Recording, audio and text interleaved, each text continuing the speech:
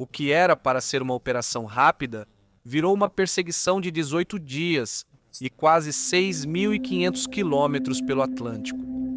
O petroleiro, que depois se identificou como russo, recusou-se a cooperar com as autoridades americanas e fugiu para o mar aberto em vez de parar.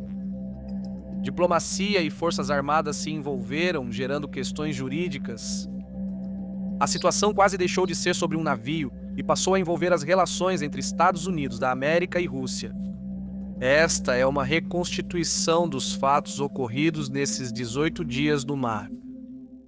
O petroleiro Bela 1 já estava há algum tempo no radar das autoridades americanas antes da fuga, onde a história realmente começa. Não era um navio desconhecido ou alvo aleatório. Bela 1 já estava na lista de sanções dos Estados Unidos da América, parte da chamada Shadow Fleet, ou Frota das Sombras. 7 petroleiros transportaram petróleo de países sob sanções, frequentemente usando bandeiras falsas, nomes alterados e desligando sistemas de localização. Segundo os dados, o navio já fez várias viagens suspeitas. Já transportou petróleo no Irã, na ilha de Karg, desligou o sistema de identificação no Estreito de Hormuz e sumiu dos mapas de navegação por semanas. Depois reapareceu como um navio Ballast, oficialmente sem carga, seguindo viagem pelo Suez, Gibraltar e Atlântico rumo ao Caribe. Entre novembro e dezembro, o Bela 1 se aproximou das águas da Venezuela. Naquele período, os Estados Unidos da América intensificaram a aplicação das sanções ao setor petrolífero venezuelano e passaram a interceptar e apreender petroleiros que negociavam com a Venezuela. As autoridades dos Estados Unidos da América tinham ordem judicial para apreender o navio e preparavam o procedimento padrão em águas internacionais.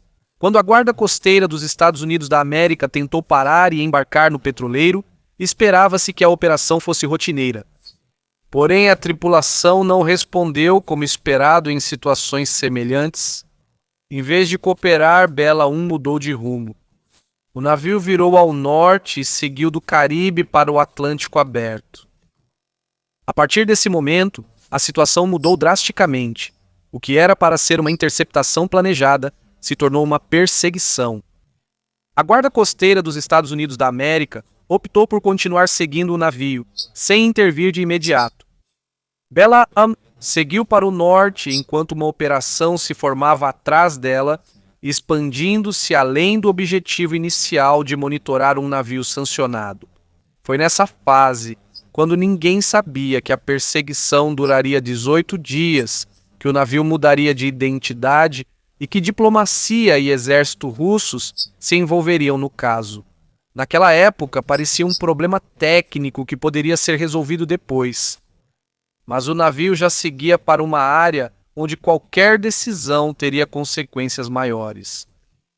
Fuga para o norte.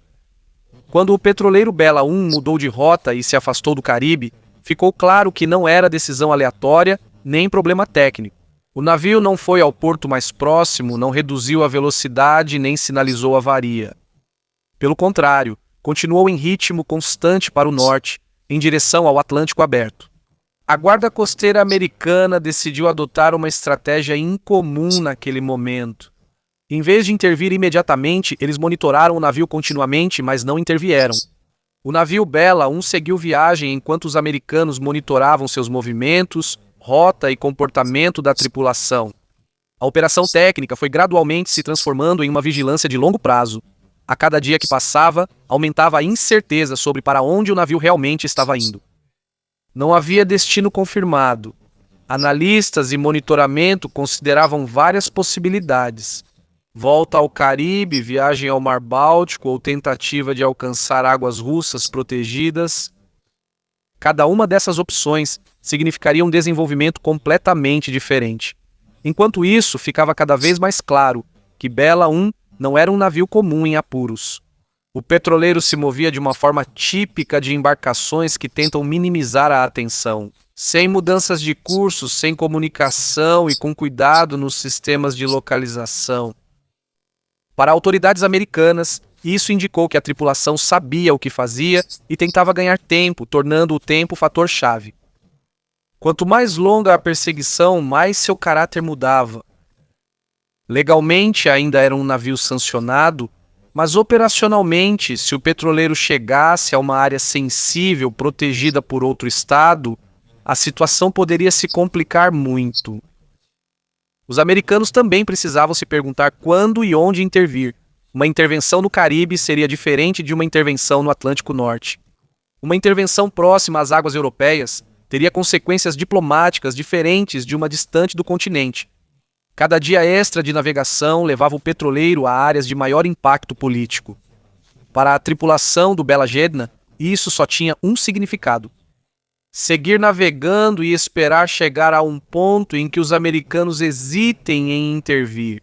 Para os Estados Unidos, por outro lado, isso significava resistir, não encerrar a vigilância e se preparar para uma situação em que não se trataria apenas de impor sanções, mas também de testar os limites do poder em mar aberto. Nesta fase, a perseguição ocorria sem chamar atenção pública, sem manchetes ou declarações políticas. Eram decisões silenciosas tomadas a cada milha náutica. E foi exatamente nesse momento, quando parecia ser apenas uma longa e paciente perseguição, que aconteceu um passo que levou todo o caso a um nível completamente diferente.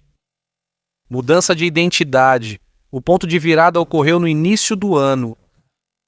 Quando o petroleiro Bela I estava no Atlântico, a guarda costeira dos Estados Unidos da América percebeu uma bandeira russa no casco. Pouco depois, o petroleiro começou a se identificar com o novo nome Marineira e apareceu no registro naval russo. Do ponto de vista técnico, não era nada incomum. Navios da Frota Sombria costumam trocar de nome, bandeira, repintar marcações e alterar dados de identificação.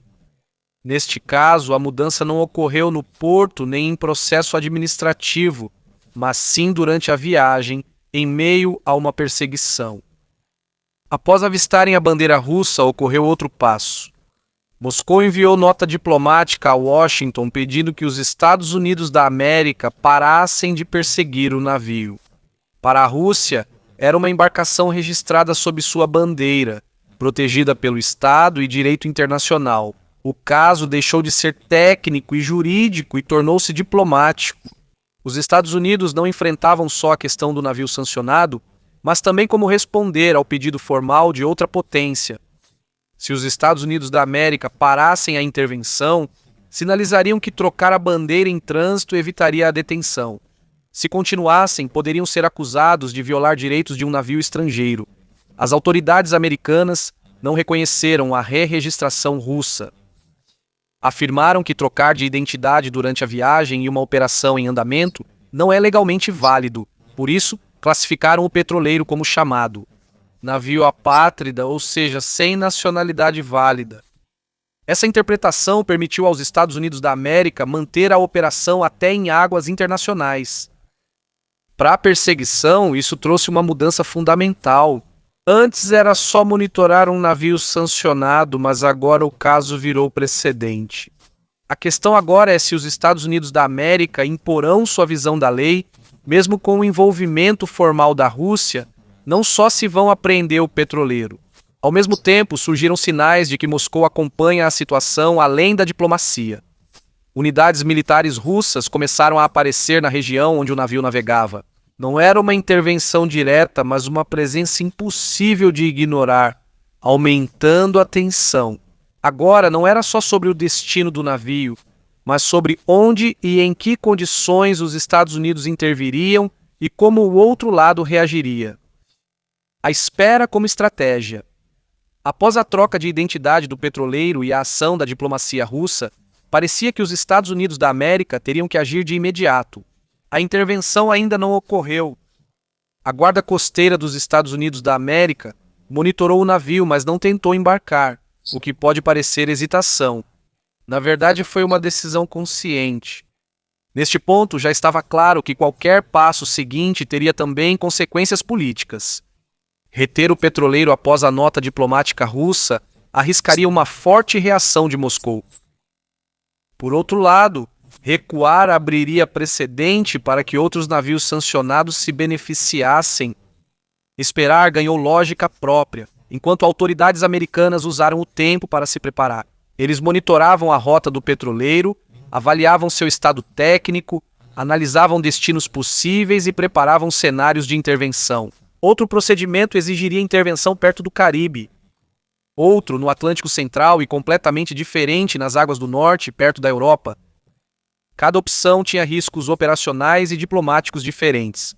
Ao mesmo tempo, a percepção do caso dentro da administração americana também mudava. O que era uma operação isolada contra um navio virou um teste para uma estratégia mais ampla. A dúvida não era se Bela I violou as sanções, mas se os Estados Unidos da América estavam dispostos a impor sua visão das sanções globalmente, mesmo fora de suas fronteiras. Para a Rússia, esse período também era delicado. Por um lado, Moscou declarava formalmente que se tratava de um navio registrado sob bandeira russa. Por outro lado, estava claro que uma confrontação aberta por causa de um velho petroleiro teria um custo desproporcionalmente alto. Por isso, a reação russa até então permanecia limitada a medidas diplomáticas e à presença demonstrativa na região. Enquanto isso, o petroleiro seguia para o norte. Diariamente, ele se aproximava da área onde a intervenção teria maior impacto. Não só militarmente, mas simbolicamente. A presença do Atlântico Norte, a proximidade da Europa e aliados dos Estados Unidos da América, além da segurança das rotas marítimas, trouxeram nova dimensão à operação. Assim, esperar não era fraqueza, mas uma forma de transferir a iniciativa. Os Estados Unidos buscaram intervir em um momento que parecesse inevitável e justificável, não provocativo.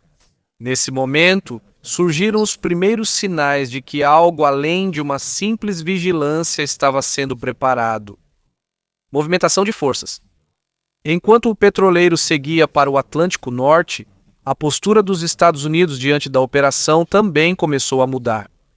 O monitoramento do navio deixou de ser exclusivo da Guarda Costeira, envolvendo também outras forças armadas e órgãos de segurança dos Estados Unidos da América. Os Estados Unidos começaram a transferir capacidades aéreas e de apoio para a Europa, principalmente para bases no Reino Unido.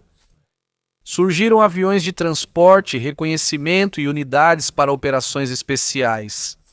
Não foi improviso, mas preparação sistemática para diversos cenários. Ao mesmo tempo, aviões de reconhecimento americanos começaram a sobrevoar o petroleiro, monitorando seus movimentos. Eles deviam não só seguir a rota, mas também registrar o estado do navio, o comportamento da tripulação e a situação marítima. Cada detalhe podia definir onde e como uma intervenção ocorreria. O deslocamento das forças também tinha outro sentido.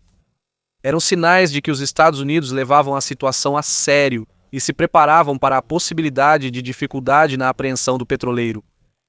Ao mesmo tempo, era um sinal cauteloso, não de força. Sem declarações fortes ou ultimatos, tudo foi feito para minimizar o risco de escalada. Também ficou claro que o outro lado acompanhava os acontecimentos. Unidades militares russas surgiram onde o petroleiro se movia. Fontes americanas relataram a presença de um submarino, um navio de superfície e depois sobrevoos de aviões militares russos. Não foi uma intervenção e sim uma demonstração de interesse e monitoramento. Esse foi um dos momentos mais delicados da história. Em um espaço pequeno, forças militares dos Estados Unidos da América e Rússia se moviam, ambos cientes da presença do outro. Toda manobra, sobrevoo ou mudança de curso podia ter várias interpretações. Aqui ficou claro como é tênue a linha entre operação controlada e escalada indesejada. Mesmo assim, nada grave ocorreu. Tropas russas não intervieram e forças americanas seguiram os preparativos sem contato direto. Ambos os lados claramente tentaram manter a situação sob controle e evitar ações que pudessem ser consideradas uma provocação. Enquanto o planejamento militar ocorria, o petroleiro chegava ao ponto em que não podia mais adiar a decisão. Quanto mais se aproximava das águas do norte, menos opções restavam. Foi nessa fase que os Estados Unidos decidiram que a espera estava acabando. Intervenção na Islândia. A decisão foi tomada no momento em que o petroleiro estava no Atlântico Norte, aproximadamente 306 quilômetros ao sul da Islândia. Era uma área fora das águas de qualquer país, mas onde era viável operar logisticamente e defender a ação politicamente. Os Estados Unidos deixaram claro que viam a intervenção não como um incidente regional, mas como aplicação de sanções em escala global. A detenção foi feita pela manhã. Helicópteros dos Estados Unidos da América se aproximaram do petroleiro e forças especiais desceram por cordas. A operação ocorreu sem disparos ou resistência da tripulação. O petroleiro foi colocado sob controle dos Estados Unidos e a perseguição, que durou 18 dias, chegou ao fim. Durante a intervenção, havia forças militares russas na região. Segundo a declaração dos americanos, porém, o submarino russo e o navio de superfície deixaram a área pouco depois do início da operação. Não houve confronto direto. O que nos dias anteriores parecia ser um risco potencial de escalada, acabou sendo resolvido sem incidentes. Do ponto de vista técnico, a intervenção foi bem sucedida. O navio foi assegurado, a tripulação controlada e o petroleiro seguiu para o sul, rumo ao Atlântico. Politicamente, a história não acabou com a intervenção, pelo contrário. Surgiu a questão do que os Estados Unidos pretendiam com essa ação e qual sinal estavam enviando, não só para a Rússia, mas também para todos os outros atores que operam navios sancionados. Pouco depois da apreensão, começaram a surgir mais detalhes. Segundo as informações disponíveis, o petroleiro não transportava petróleo no momento da intervenção e estava registrado como um navio em chamado estado de lastro, ou seja, sem carga. Isso é fundamental para entender o caso. Por que não era petróleo? Os Estados Unidos, neste caso, não estavam lidando com a carga, mas sim com um precedente. Uma mensagem que deveria mostrar que as sanções não se aplicam apenas ao momento do transporte do petróleo, mas ao próprio funcionamento de toda a frota sombra. A resposta está no fato de que este caso nunca foi, em primeiro lugar, sobre o petróleo.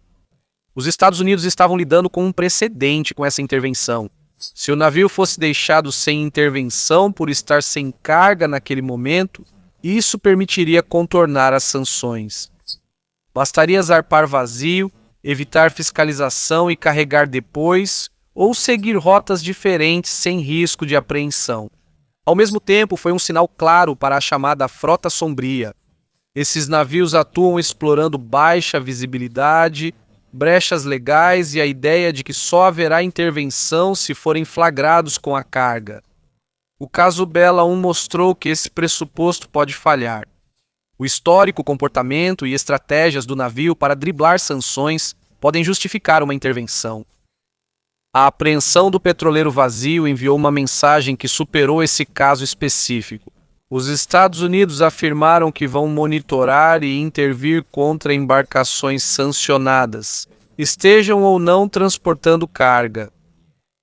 E que o mais importante não é apenas o que está a bordo, mas também o papel que o navio desempenha na rede mais ampla de transporte ilegal. Para muitos do comércio global de petróleo, isso mudou seus cálculos. O risco não estava só no transporte do petróleo, mas também na movimentação dos navios sancionados pelos mares. É exatamente por isso que esse caso foi acompanhado de perto, não só nos Estados Unidos e na Rússia, mas também nos países que são os destinatários finais do petróleo sancionado. Nesse contexto, a intervenção na Islândia parece menos uma operação pontual e mais parte de uma estratégia mais ampla. Estratégia para limitar toda a Shadow Fleet, não só impedir um navio-tanque em um dia específico. O caso Bela 1 envolvia mais de um navio-tanque e carga. A questão era até onde os países vão hoje para impor sanções e quais limites não querem ultrapassar. 18 dias no mar mostraram que grandes potências podem ficar perigosamente próximas sem disparos, e ainda assim optar por parar. Se você gostou do vídeo, ficarei grato por um like e não se esqueça de se inscrever para não perder os próximos vídeos nos quais estou trabalhando. Apoie meu trabalho agradecendo e recomendando o vídeo para alcançar mais pessoas. Muito obrigado.